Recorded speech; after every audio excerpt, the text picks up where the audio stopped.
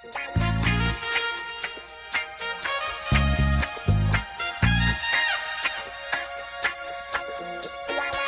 algo que tengas que preguntarle a Juan Emilio Cheire? Abrió el periodista dirigiéndose a Lehderman. Muchas cosas, pero antes quisiera expresar dos cositas. Primero, que estoy acá por dos personas. Me habría gustado estar en Buenos Aires, en mi casa, cenando, viendo la televisión. A mí me cuesta mucho estar aquí. Tengo que dejar mi trabajo. No me agrada venir, menos en esta situación. Pero estoy aquí por dos personas. Una se llama Bernardo y la otra María, mi mamá y mi papá, que ya no están. Y por ellos estoy aquí, por su memoria, porque sigo pidiendo que se haga justicia. Así como yo planteo que debe haber justicia y un castigo acorde a los crímenes que se cometieron. Quiero aclarar que no le deseo mal a Cheire, ni a ningún militar genocida, ni a ningún ser humano, como lo que mis padres vivieron. Creo que todo ciudadano merece un juicio justo en los tribunales de justicia y la condena moral de la sociedad. ¿Qué le preguntarías a Juan Emilio en este momento? Repitió Astorga, Juan Manuel Astorga. La verdad es que tuvo palabras muy interesantes como jefe del ejército, cuando planteó que tenía que haber memoria y justicia. Entonces le preguntaría, ¿por qué no brindó la información que los familiares tanto necesitamos? Y este es el comienzo del libro del cual hablaremos hoy en esta nueva tertulia que hacemos en la amigable que Leo Forestal. Hablaremos del caso Lehderman a razón de Pactos de Silencio, la historia del caso Lehderman, libro editado por Ediciones Bell, con el que conversamos hoy la periodista Sofía Tupper. Sofía, qué gusto una vez más poder conversar sobre esta tremenda investigación. Bienvenida. Muchas gracias, Humberto, por la invitación. Gracias a quienes están hoy día acompañándonos. Y bueno, gracias a la casa que Leo Forestal, querida, adorada librería. Y nada, bueno, estoy muy contenta de estar aquí, de poder hablar hoy día sobre este libro y en un momento en que yo creo que adquiere más notoriedad pública en estos últimos días a propósito de justamente la condena que recibe Juan Emilio Cheire por parte de la Corte Suprema. Una condena que a mí me sorprende en varios sentidos. Y es justo resaltar que el texto leído es una parte del diálogo que tiene Ernesto Lehderman con Juan Manuel Astorga en el programa El Informante, donde quizás mediáticamente conocimos muchos el caso. Y cobra sentido cada una de las palabras leídas respecto de la condena que recibió Cheire. 5 años de libertad vigilada respecto del caso del paso de la caravana de la muerte en La Serena. Claro. Bueno, mira, primero quería contar que sobre el pedacito que tú leíste ahí del libro, para mí ese programa de televisión de TVN, El Informante, conducido por Juan Manuel Astorga, es el punto de partida de este libro. Yo, bueno, venía llegando de mi práctica, en ese momento estaba en la radio de ADN, llegué medio tarde a la casa y claro, me encuentro en televisión con Ernesto Lehderman, ya un hombre de 40 y tantos años, pero a él le había tocado a los 2 años presenciar el asesinato de sus padres. Presenciar el asesinato de sus padres, María del Rosario Ábalos Castañeda, una ciudadana mexicana, y Bernardo Lehderman, argentino. A ellos los acribilla, son acribillados por una patrulla militar del regimiento Arica, y bueno, quedan enterrados ilegalmente y se transforman en desaparecidos hasta ya llegado la democracia. Y me impresionó mucho ver a este hombre pidiéndole a Juan Emilio Cheire que contara la verdad en torno a este caso y diciéndole, bueno, tú me entregaste a un convento de monjas después de asesinar a mis padres, le dijeron a esas religiosas, a la Casa de la Providencia en La Serena, que yo no podía ser visto por nadie del vecindario siquiera, que nadie se podía enterar de que yo estaba ahí, que me criaran, que se hicieran cargo y te desentendiste. Llegaste a ser comandante en jefe del ejército. Juan Emilio Cheire llegó a ser el primer comandante que reconoce las responsabilidades del ejército en los crímenes de lesa humanidad. Entonces, bueno, yo veo esto y sé que le ocurrió a miles de chilenos y chilenas y me quedé impactada. No lo podía creer, porque Juan Emilio Cheire simbolizaba lo que simbolizaba, ¿no? Y es un hombre que sedujo incluso a gran parte de la izquierda en nuestro país. Entonces, bueno, me quedo muy impactada y un poco me empiezo a obsesionar con el caso Lechterman. Y un tiempo después, en un desvelo, el primer capítulo del libro se llama Insomnio, decido escribirle a Ernesto por Facebook. Y no, en realidad fue un acto medio raro, como que yo lo pienso ahora y digo, no sería... No me atrevería a hacer algo así. Le escribo: hola Ernesto, me gustaría conocerte y me gustaría mucho ahondar en la investigación del caso de este crimen que todavía tiene muchos espacios difusos. Y bueno, ahí conozco a Ernesto, nos juntamos. Y bueno, y empieza este proceso que duró varios años, de una investigación que, tengo que decir, no me puedo atribuir a mí exclusivamente para nada. En el libro menciono a personas que muy valiosamente aportaron en esta investigación. Felipe Guerra, historiador, amigo, fundamental para este trabajo. Rodolfo Ibarra, también encargado del archivo del Museo de la Memoria. Cristian Cruz, abogado querellante en el caso Caravana de la Muerte, que fue un gran colaborador con este trabajo, pero principalmente el propio Ernesto Lechterman. Ernesto, cuando cae en cuenta de su verdad, cuando se entera de cuál es la historia de sus padres y se entera que están desaparecidos, empieza una cruzada impresionante, estremecedora, de búsqueda, de ir en busca de verdad y de justicia. Y si no fuese por él, este crimen muy posiblemente seguiría totalmente invisible, ¿no? Y bueno, respecto, me alargué un poquito, voy con la pregunta. Estamos escuchando súper atento. Voy con la pregunta que me hacía respecto de la condena de Cheire. Esto ha sido demasiado largo. O sea, estamos conmemorando el año pasado, no a fines del año pasado, los 50 años de este golpe de Estado, y sabemos que la impunidad es algo que un poco ha sido el común denominador en el correr de los años en esta democracia, la transición. Y bueno, yo me preguntaba qué va a pasar con Cheire. ¿Qué va a pasar con Cheire? En el caso Caravana de la Muerte, este libro tiene un capítulo que se llama Caravana de la Muerte, no porque el caso Lechterman esté dentro del episodio Caravana de la Muerte en La Serena, sino porque es posterior. La caravana es en octubre, el asesinato al matrimonio de Lechterman es en diciembre de 1973, pero hay un factor común, que es que militares del regimiento Arica tuvieron participación directa en ambos crímenes. Es decir, en la ejecución de las 15 personas que fueron asesinadas por militares luego del paso del helicóptero Puma por La Serena, y el caso Lechterman. Y esto se pudo demostrar con el paso de los años y con la investigación de los abogados de derechos humanos que incansablemente se dedicaron a perseguir estos crímenes, y sobre todo de los familiares y de las asociaciones de familiares de detenidos desaparecidos, de ejecutados políticos. Sin ellos esto habría sido imposible. Y una de las cosas que se pudo acreditar con el tiempo fue que la versión de que el helicóptero Puma fue enviado por Augusto Pinochet, comandado por Sergio Arellano Starr, que en el fondo bajaban a los distintos puntos de sur a norte y ejecutaban ellos mirando la lista de detenidos y elegían, no, y que en el fondo los regimientos se desayunaban con esta visita, no es tal. En el caso del regimiento Arica de La Serena, ellos tenían absoluto conocimiento de lo que era el helicóptero Puma y de la misión de la Caravana de la Muerte. Y de hecho, el año 2016, una persona en calidad de anónima se acerca al Museo de la Memoria y entrega el libro de novedades de la Guardia, que es un libro que deja por escrito que militares del regimiento Arica fueron quienes sacaron a los presos de la cárcel para luego ejecutarlas, ¿no?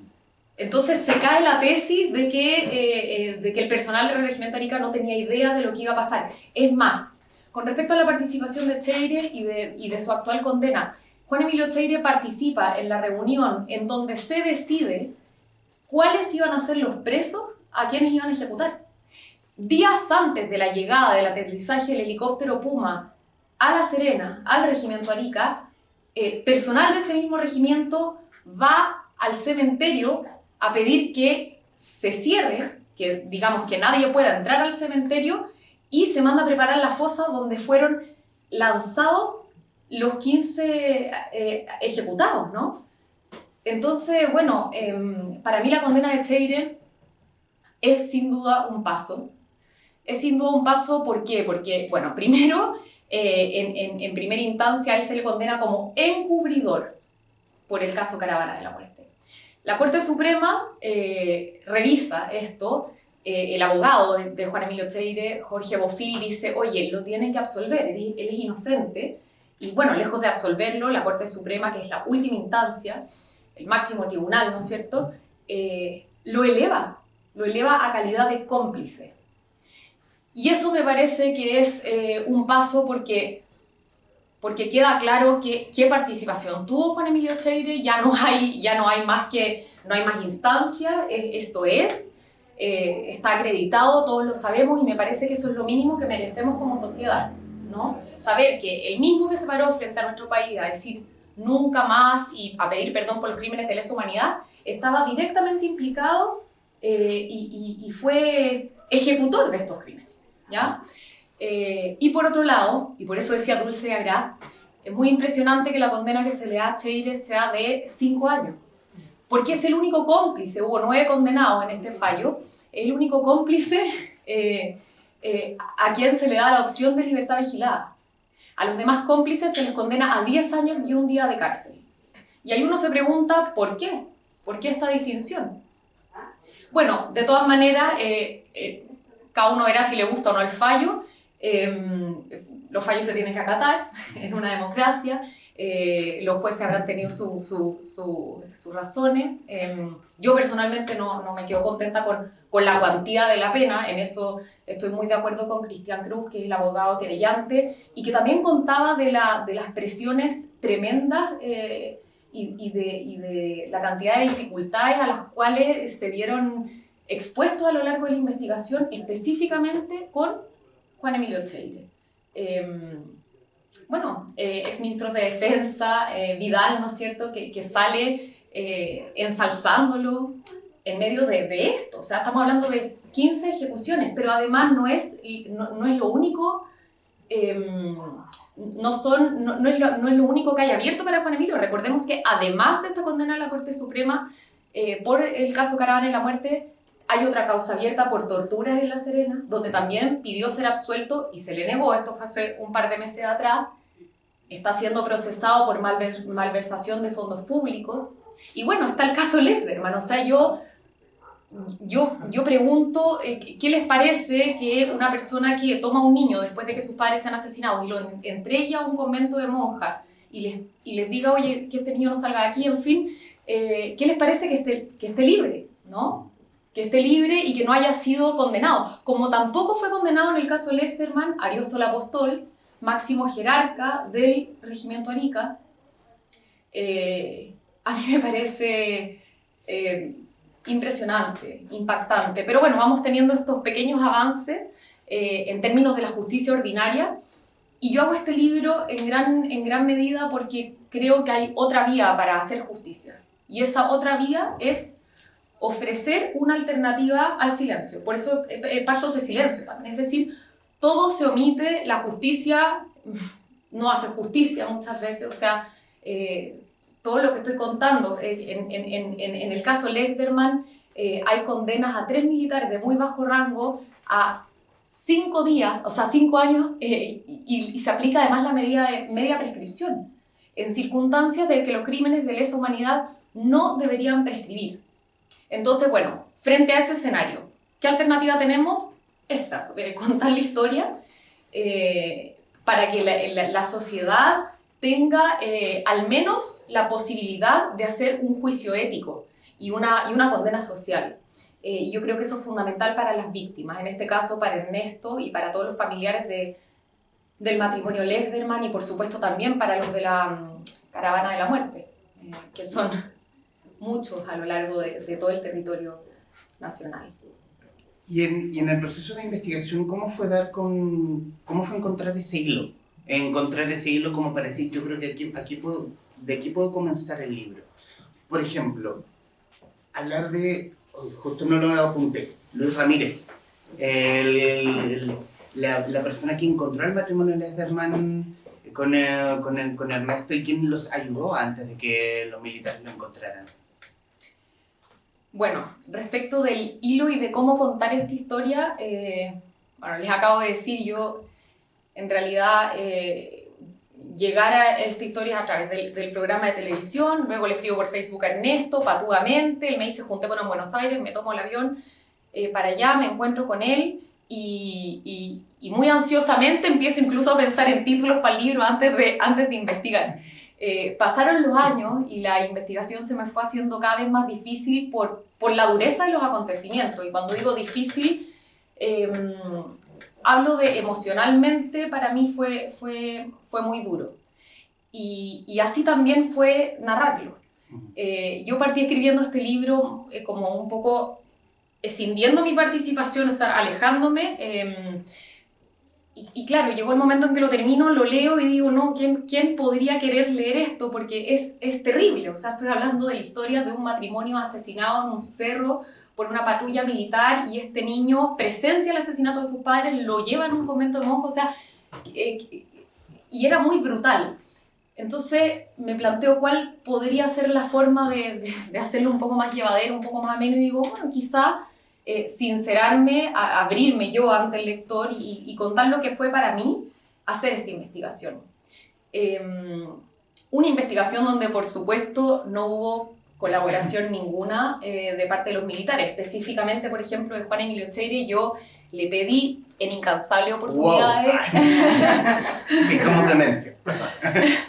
Le pedí en varias oportunidades una entrevista y la respuesta siempre fue la misma. Lamentablemente, yo ya no doy entrevista. Y bueno, me quedé muy sorprendida ahora cuando hace algunos meses atrás sale a la luz un libro de sus memorias escrito por Alejandro San Francisco, Para que nunca más.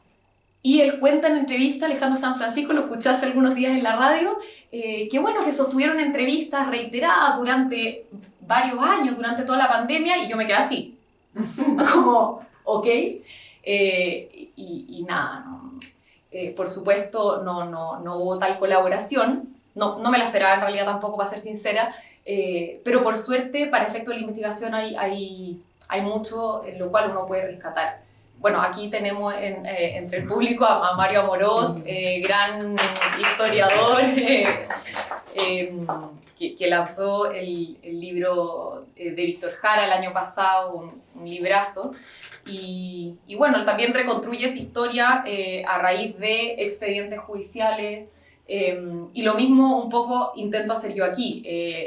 Logro reconstruir esta historia con la ayuda de los expedientes judiciales de la Caravana de la Muerte, del mismo caso Lederman, que son expedientes que tienen nada menos que 50 años, se podrán imaginar, o sea, miles de páginas. El expediente del caso Lederman tiene más de 2000 páginas, y bueno, y ahí tengo todas las declaraciones de los militares, declaraciones que un lunes aparecen diciendo A y al lunes siguiente aparecen diciendo Z, y bueno, todo eso es lo que voy exponiendo ahí. También fue clave acceder a los testigos.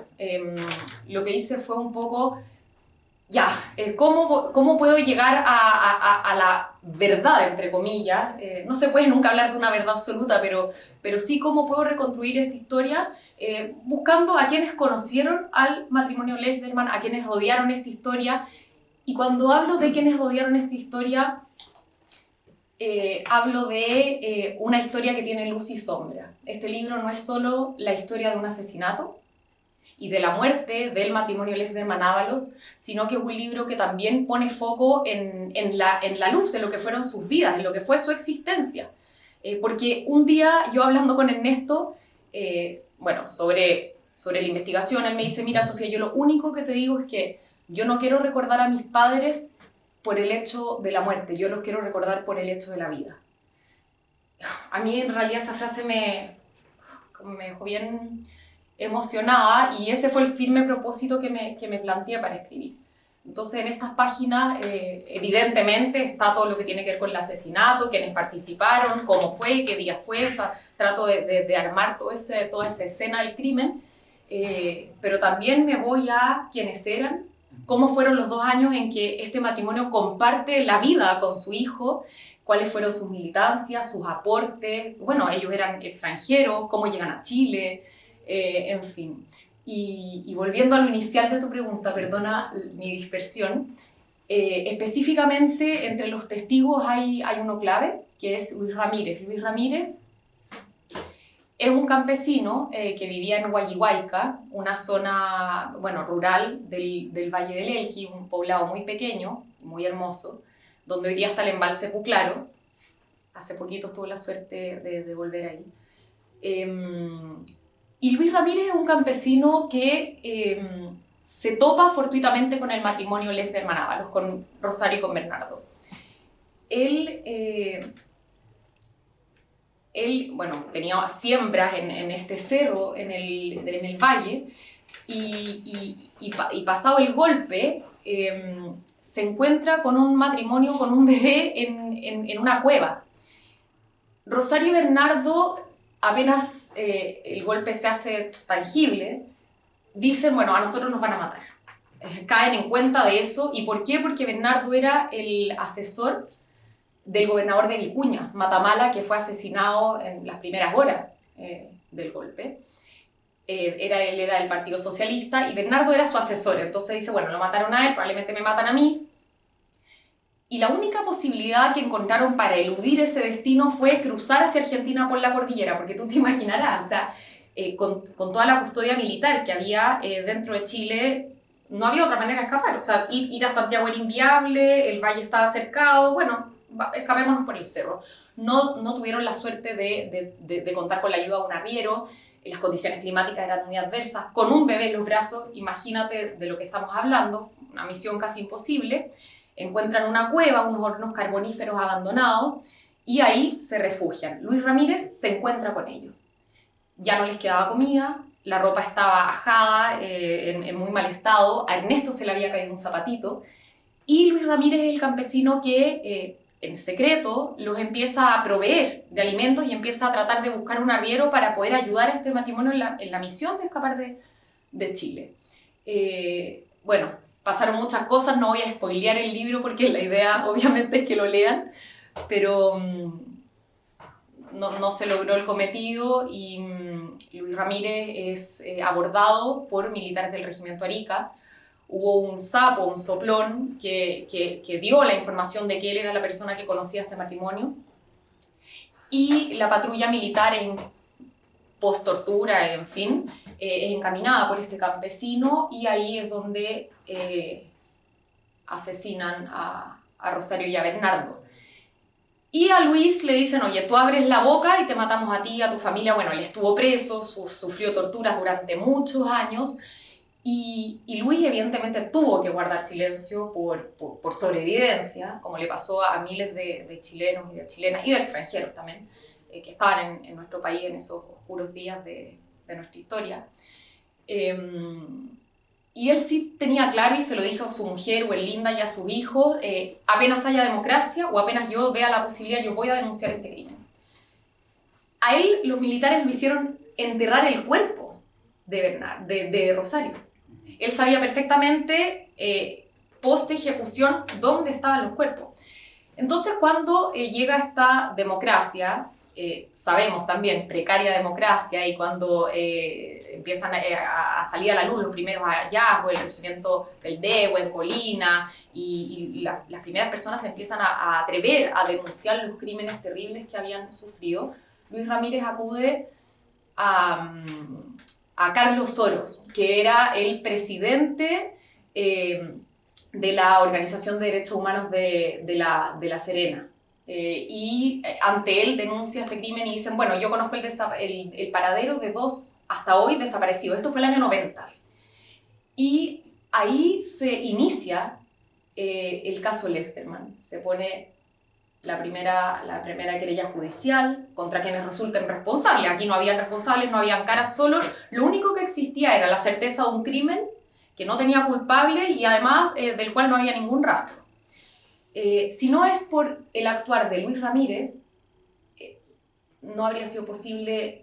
No habría caso Lesberman. No habría caso Lesberman y bueno, un hombre extremadamente valiente. Yo Bueno, él murió. Yo entrevisté a sus hijas.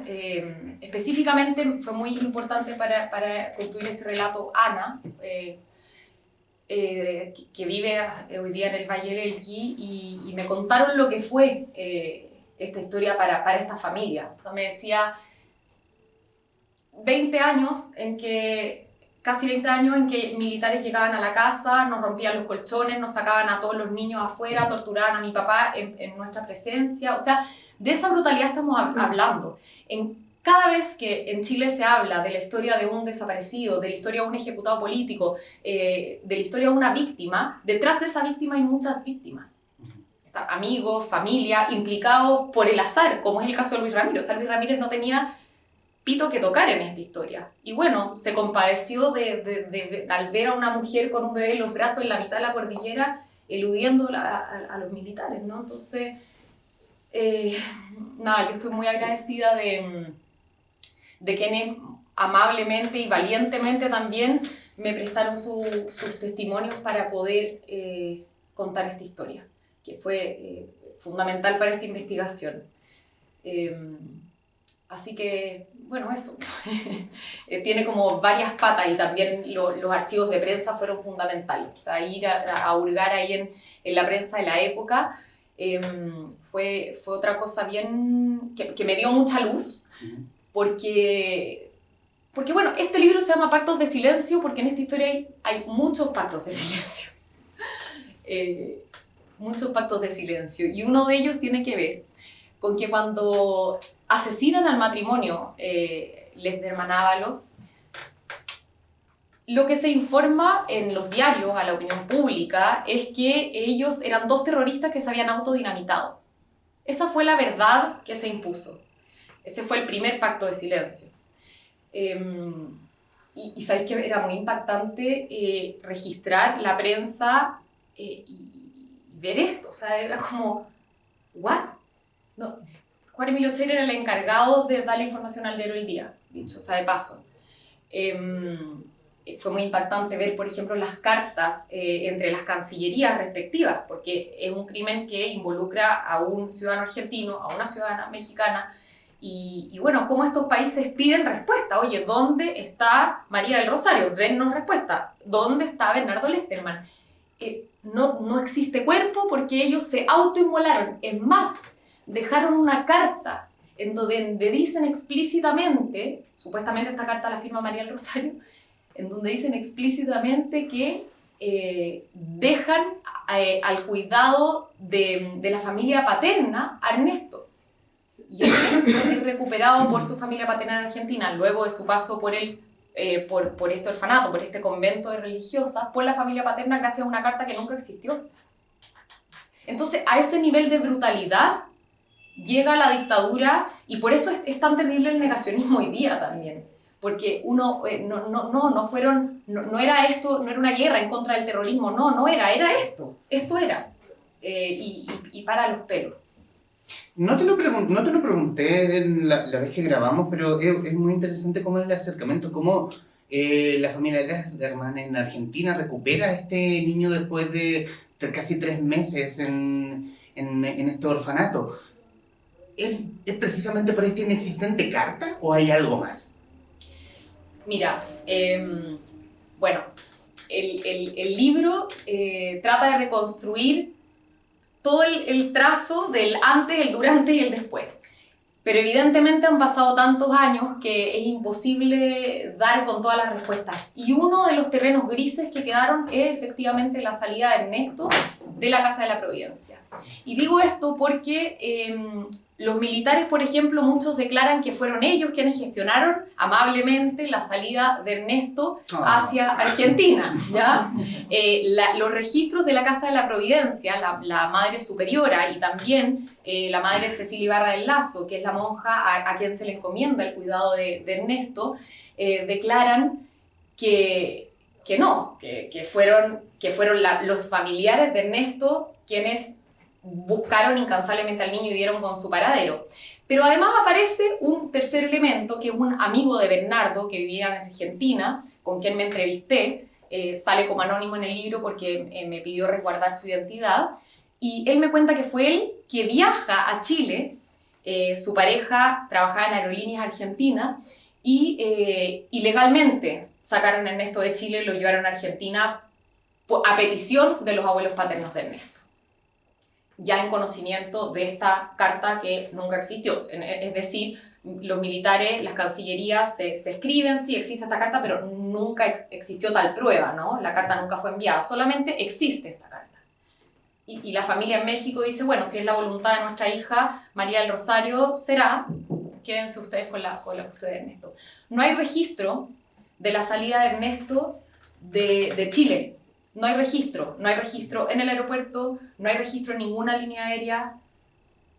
Se lo llevó el viento, no hay ningún tipo de registro. Minuciosamente intenté dar con algo y es una salida absolutamente nublada por el paso del tiempo. Sí se sabe que sale en avión. ¿Y por qué se sabe? Porque hay una foto de cuando él llega al aeropuerto de Ezeiza y es recibido por sus familiares. Es decir, eso nos da luces de que no fue por tierra, fue por aire, ¿no? Y bueno, aquí empieza como la segunda parte de esta historia y el segundo pacto de silencio, porque no está solo el silencio de los militares que deciden encubrir este horroroso crimen, sino que también está el pacto de silencio que hacen los abuelos de Ernesto, Gers y Elisa, que deciden ocultarle a él lo que había sucedido realmente con sus papás. Por dos cosas, básicamente. Primero, porque ¿cómo tú le explicas a un niño de esa edad que tus padres desaparecieron? Que no hay cuerpo. Que la versión oficial es que se autodinamitaron, que eran dos terroristas. Pero que, por supuesto, Gers y Elisa intuían que se trataba de un crimen, ¿no? ¿Cómo se le explica eso a un niño? Y por una segunda razón, que tiene relación con la dictadura en Argentina. En Argentina también había dictadura, una dictadura brutal que hizo desaparecer a más de 500 niños. Y bueno, sabemos que la infancia, los niños, niñas como víctimas de la dictadura han sido muy invisibilizados, ¿no?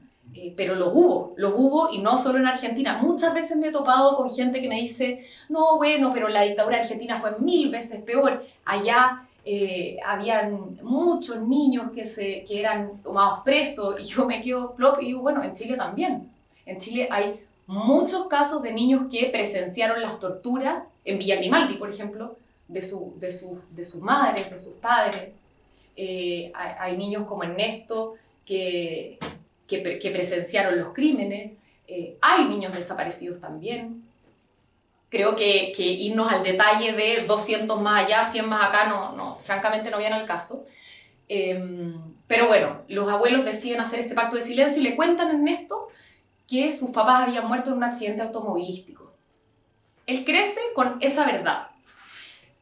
Pero era muy loco porque cuando yo lo entrevistaba siempre me decía que, por ejemplo, que soñaba con las monjas y que iba a la pieza de su abuelo en la noche, chiquitito, que les contaba las pesadillas con las monjas y que ellos le decían, chuta, qué raro, no, ¿por qué será? Bueno, y él creció como con un sentimiento raro y adquirió, cuando ya era adolescente, una práctica que no se explica. Bueno, no sé, me imagino que a ustedes les habrá pasado alguna vez. A mí me ha pasado como hacer cosas que no sé por qué las hago, pero él empezó a brilletear la casa, buscaba algo, no sabía qué buscaba, pero llegaba al colegio y se ponía a abrir cajones, a buscar debajo de la cama, no sabía qué buscaba, pero...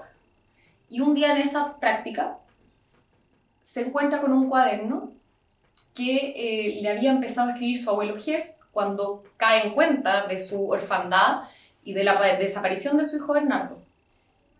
Abre este cuaderno, un cuaderno verde, y en la primera página hay un recorte de prensa que dice otro argentino muerto en Chile. Bueno, esa Argentina era Bernardo y ese recorte de prensa da cuenta de esta autodinamición de este matrimonio que se explota y que dejan a su hijo a la deriva, pero dice que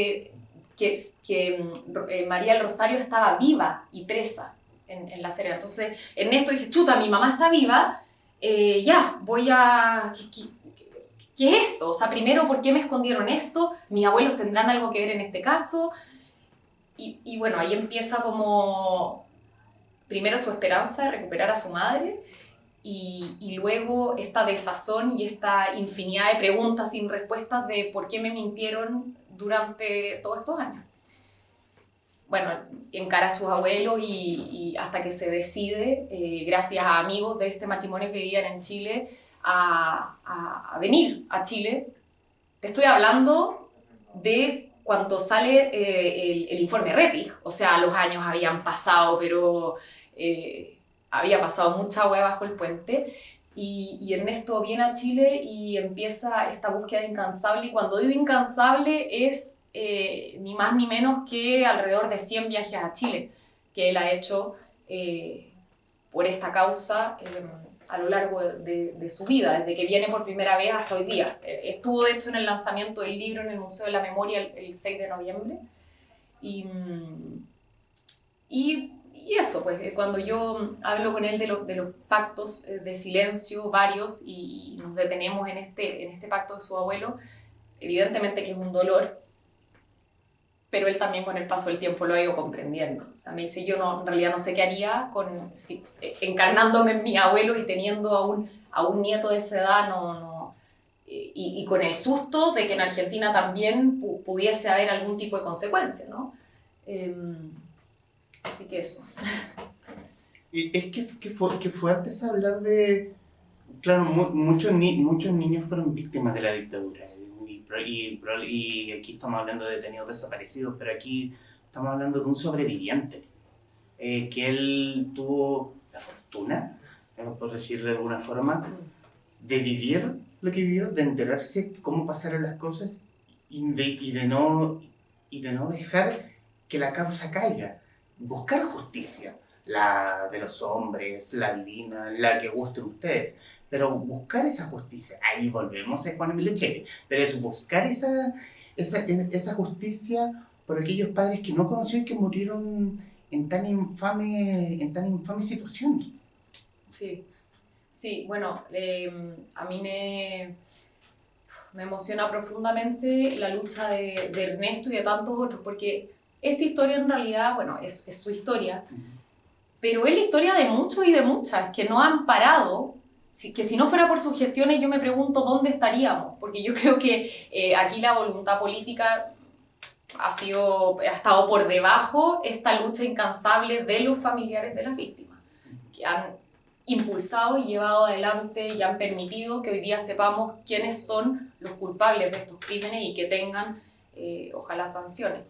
Y Ernesto hoy día se dedica no solo a la búsqueda de justicia en su propia causa, sino que está en la Federación de Familiares de Ejecutados Políticos y Detenidos Desaparecidos de América Latina y el Caribe. Es desde ahí donde trabaja y bueno, y a eso dedica su vida junto a su compañera Lorena, que es argentina, ambos viven en Buenos Aires y trabajan también en las poblaciones más desvalidas de Buenos Aires por la justicia social. Porque también ese otro aspecto que él destaca mucho en las conversaciones que sostuvimos, que la dictadura no solo deja a estas víctimas tangibles, que murieron o que sufrieron tortura, sino que todos somos de alguna manera víctimas porque nos deja una herencia gigantesca que tiene que ver con que el país que tenemos hoy día y que tiene que ver con esa constitución que intentamos derogar hace poquito, hubo un estallido tremendo, todo eso es herencia dictatorial. Bueno, da mucha pena todo esto, en qué quedó ese asunto. Es como que uno dice, no puede ser.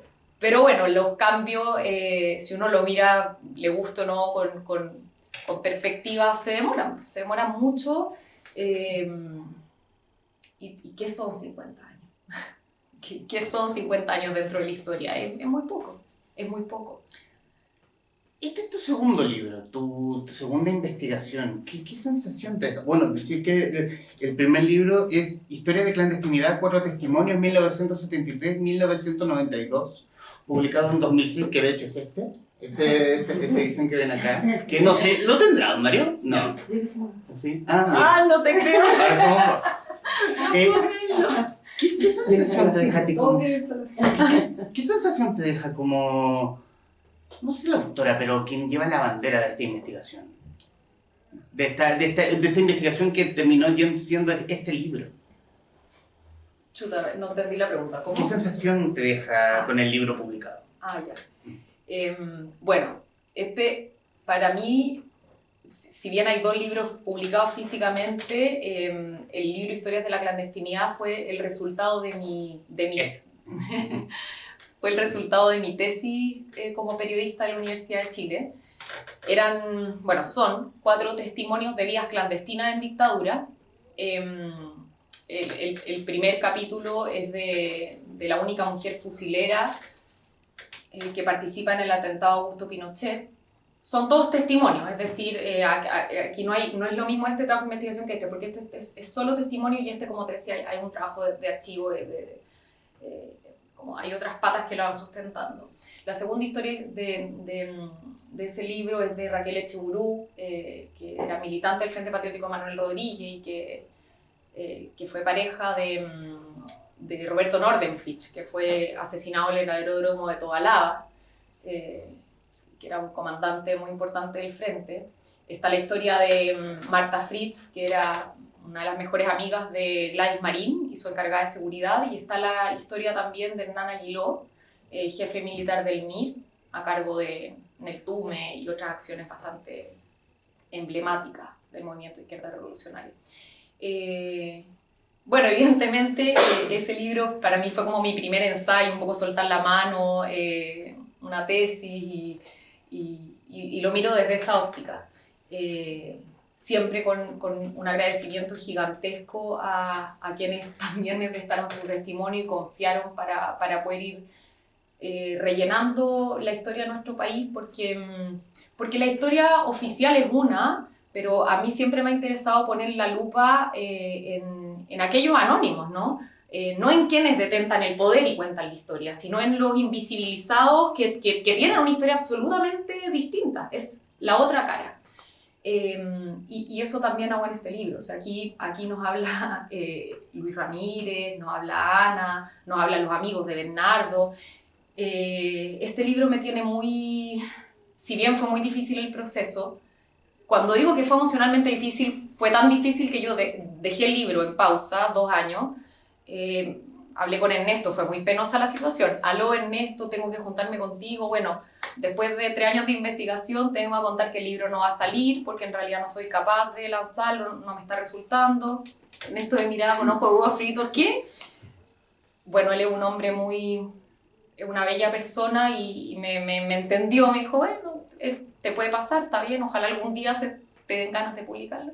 Y ese día llegó, el impulso fue a los 50 años. 50 años y dije, ya, ¿sabes qué? La investigación está hecha, que salga el libro y bueno, con sus imperfecciones y con sus aciertos. Y me tiene contenta, sobre todo, por las singularidades que ha gatillado. Primero porque en el camino fueron apareciendo cosas que Ernesto no tenía idea de sus padres, entonces fue muy bonito, o sea, amigos de su mamá, amigos de su papá que aparecieron y que me contaban, bueno, ella hacía esto, él hacía lo otro. En el lanzamiento del libro en el Museo de la Memoria pasó algo impresionante. Estábamos justo antes de partir y llega un matrimonio de personas mayores. Me dicen, bueno, tú no me conoces, Ernesto tampoco nos conoce, pero nos enteramos de este libro por redes sociales y Bernardo Lechderman, antes de ser asesinado, se escondió en nuestra casa, en el norte. Y él era muy hábil con las manualidades y nos hizo, mientras estuvo escondido en la casa, este cuadro.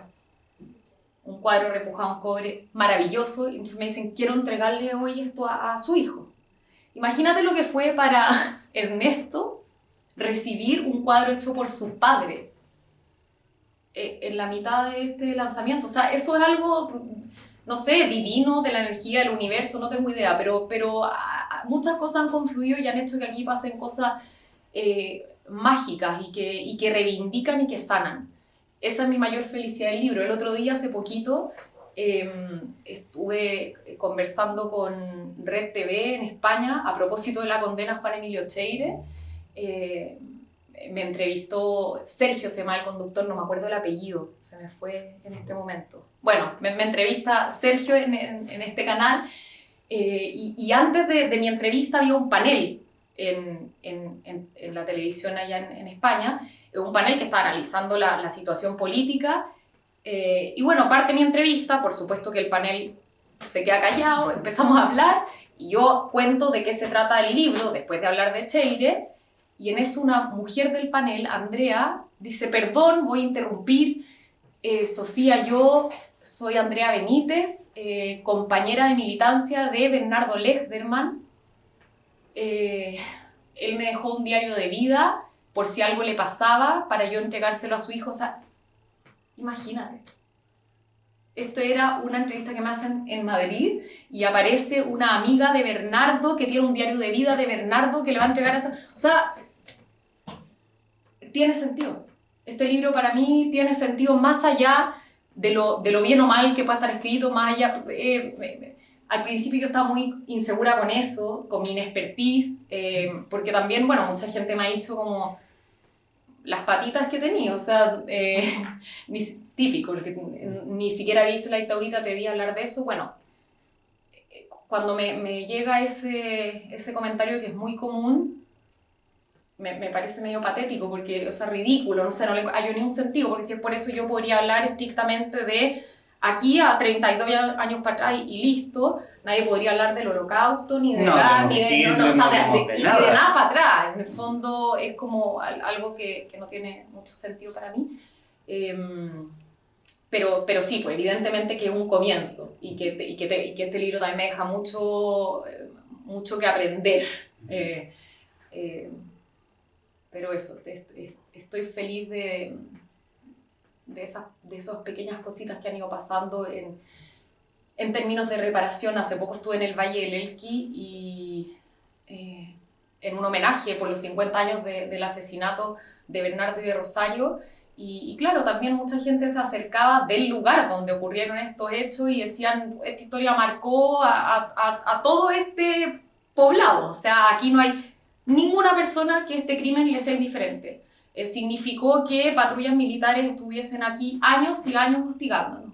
Y qué lindo que se cuente esa historia, una historia que... Porque en el fondo, cuando uno habla del caso Lechterman, todo el mundo maneja un poco lo macro, pero claro, no está ese detalle. Así que nada, estoy contenta y solo espero que se lea y que se difunda, que es la idea. Así que por eso agradezco tanto esta instancia y esta invitación, y que estén todos ustedes aquí acompañándome. Sofía, yo quiero darte las gracias por el tiempo con esta conversación, por la alta afluencia de público que tenemos hoy en la que leo. Repetir lo que te dije cuando grabamos el podcast. Y qué terrible decir que es un libro amigable para la historia terrible que estás contando, para la historia terrible que estamos viendo. Porque es un libro que se lee, bueno, se lee también rápido, pero también se lee con esa calidad. Es escuchar a Sofía Tupper, básicamente. Tiene esa cadencia. Hay un entusiasmo por esta misma historia de mostrar no simplemente las oscuridades que tuvo el asesinato del matrimonio Lechterman Ábalos, pero también lo que hubo en el otro lado. Y sobre todo, resaltar este documento de búsqueda de la verdad, de una verdad real, de una verdad que puede ser la tuya que estás viendo, puede ser la mía, pero una verdad real respecto de qué pasó con el matrimonio Lechterman Ábalos y qué ha pasado con los detenidos desaparecidos del país. Y es un tremendo documento histórico, un documento que va a prevalecer y que probablemente, si sale una nueva condena de Juan Emilio Cheire, vamos a hablar de él, del libro. Y por eso mismo quiero darte las gracias por tu tiempo, y que obviamente a la cámara que estás viendo, que nos está mirando, ¿por qué hay que leer Pactos de Silencio? Bueno, yo creo que hay que leer Pactos de Silencio porque es parte de la historia reciente de nuestro país, y creo que no es un cliché eso que decimos, que es necesario visitar el pasado para que a futuro no se vuelvan a cometer los mismos errores, es fundamental. Y además porque este libro traza, más allá del caso Lechberman mismo, la historia reciente y lo que ha sido la lucha por los derechos humanos en nuestro país. O sea, no nos olvidemos que en este caso comienza en los tribunales de justicia en el año 90. Recién en el año 2009 hay una condena a militares de muy bajo rango, a subtenientes, ¿ah? de 5 años, y se aplica la media prescripción. Primero se tira a cortes marciales, donde se declara cosa juzgada, o sea, no se investiga y se sobresee y no hay culpables y punto. Después, ley de amnistía. Entonces, cuando hablamos de impunidad, yo creo que este libro es interesante de leer porque uno entiende de qué hablamos cuando hablamos de impunidad, más allá del manoseo de la palabra. Porque hoy día uno se topa con alguien, con un negacionista, y te dicen, ¿de qué impunidad me estás hablando? ¿Cuántos no hay presos? ¿Qué más quieren? De esta impunidad estoy hablando. De que el 2018, dado la acción civil que interpone Ernesto por los daños y perjuicios causados a él, económicos, emocionales, en fin, se le autoriza a una, ¿cómo se llama?, indemnización, y es el Consejo de Defensa del Estado que se niega el año 2018 a que se haga efectiva esa indemnización. ¿Y cuál es ¿por qué en el fondo? ¿Por qué? ¿Cuál es el argumento detrás de esto?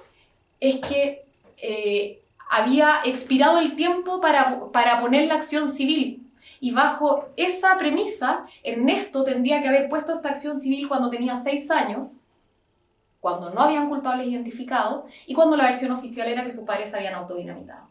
Entonces de eso hablamos cuando hablamos de impunidad, y de eso hablamos cuando hablamos de que todavía no hay la justicia que esperamos, todavía no alcanza, todavía no es suficiente y todavía hay que seguir esta lucha, y esta es una manera de luchar por eso.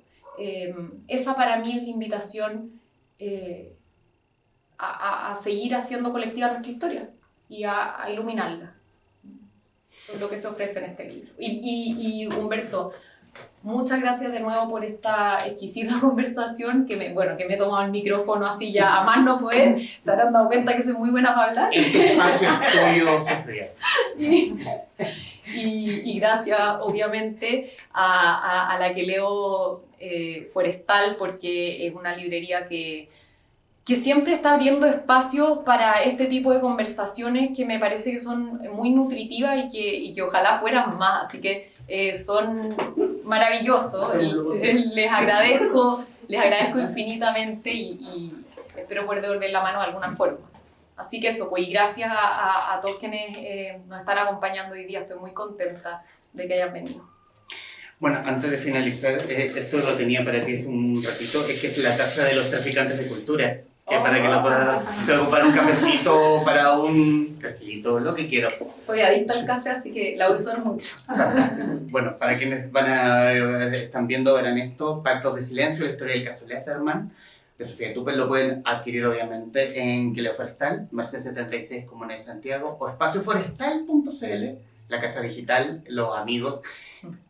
Bueno, uno puede recomendar la web, pero vengan, aquí el librero no muerde, lo juro. Sofía Tupper, te agradezco el tiempo. Gracias a ti. A quienes están viendo esto y a aquí los presentes, gracias. Muchas gracias.